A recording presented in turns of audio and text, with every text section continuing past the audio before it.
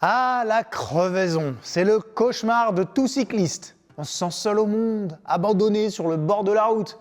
Mais pas de panique, c'est l'un des problèmes les plus courants et une fois que vous saurez bien le gérer, vous serez plus à l'aise pour le résoudre. Aujourd'hui, on va voir ensemble comment changer une chambre à air. Accrochez-vous, ça va être simple et rapide. Petite astuce avant de commencer, si votre crevaison est vraiment minuscule, vous pouvez aussi utiliser un patch de réparation pour réparer votre chambre à air et du coup la garder plus longtemps. Pour ce tuto, vous aurez besoin d'une nouvelle chambre à air, de démonte-pneus ainsi que d'une pompe. La première étape, c'est de retirer la roue qui a crevé pour plus de confort pour la réparation. La méthode pour démonter la roue va dépendre de votre vélo. Si vous avez un système de blocage rapide, comme par exemple un axe de roue, ça se fait en un clin d'œil. Sinon, il faudra peut-être une clé Allen de 6 mm ou une clé de 15 mm par exemple. Dans tous les cas, pensez bien à vérifier et anticiper le système de votre vélo pour ne pas vous retrouver pris au dépourvu lorsqu'une crevaison vous tombe dessus. Petite astuce pour la roue arrière. Passez la chaîne sur le plus petit pignon, ça facilitera grandement le démontage.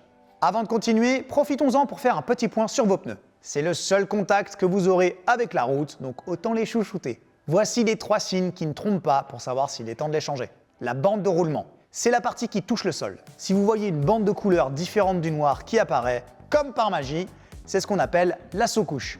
C'est le pneu qui vous crie « Au secours, je suis à l'agonie !» C'est le signe le plus clair qu'il faut le changer. L'aplatissement. Initialement, un pneu de route est bien rond. S'il devient plat, c'est qu'il est temps de lui dire au revoir. Pour les VTT ou les vélos de gravel, c'est la même chose. Si les crampons ont disparu, c'est qu'ils ont bien vécu. Et là aussi, il est temps de les changer. Les flancs. Regardez les côtés du pneu. S'ils ont des craquelures ou des fissures, c'est un signe de fatigue. Bref, un pneu, c'est la seule chose qui vous relie à la route et un pneu en bon état, c'est moins de risque de crevaison.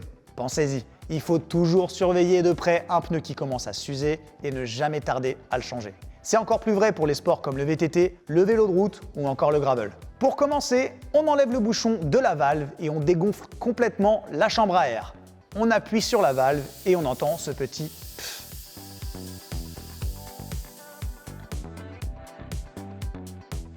Maintenant, on sort les outils magiques, les démonte-pneus. On en insère un entre la jante et le pneu et on le cale sur un des rayons. C'est votre point de départ. Ensuite, on prend le deuxième et on le fait glisser tout autour de la jante jusqu'à ce que le pneu soit complètement libéré d'un côté. Retirez ensuite la chambre à air, puis le pneu complètement. Hop, le tour est joué.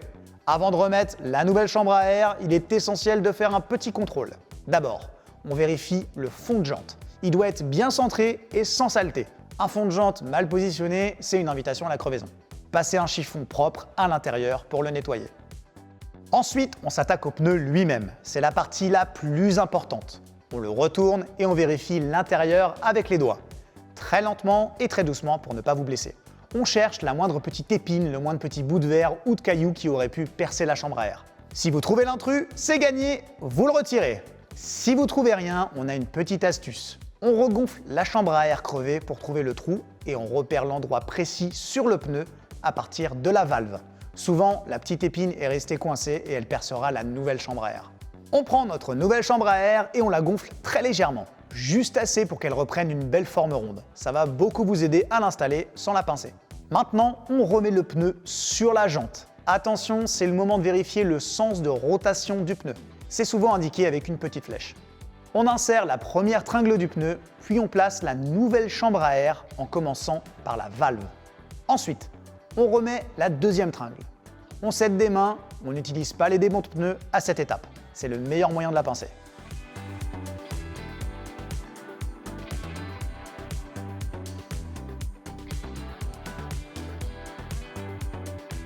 On peut enfin regonfler notre pneu à la bonne pression. L'info est inscrite sur le flanc du pneu en PSI ou en barre. On vérifie que le pneu est bien positionné sur la jante des deux côtés. Et on remet la roue sur le vélo et le tour est joué.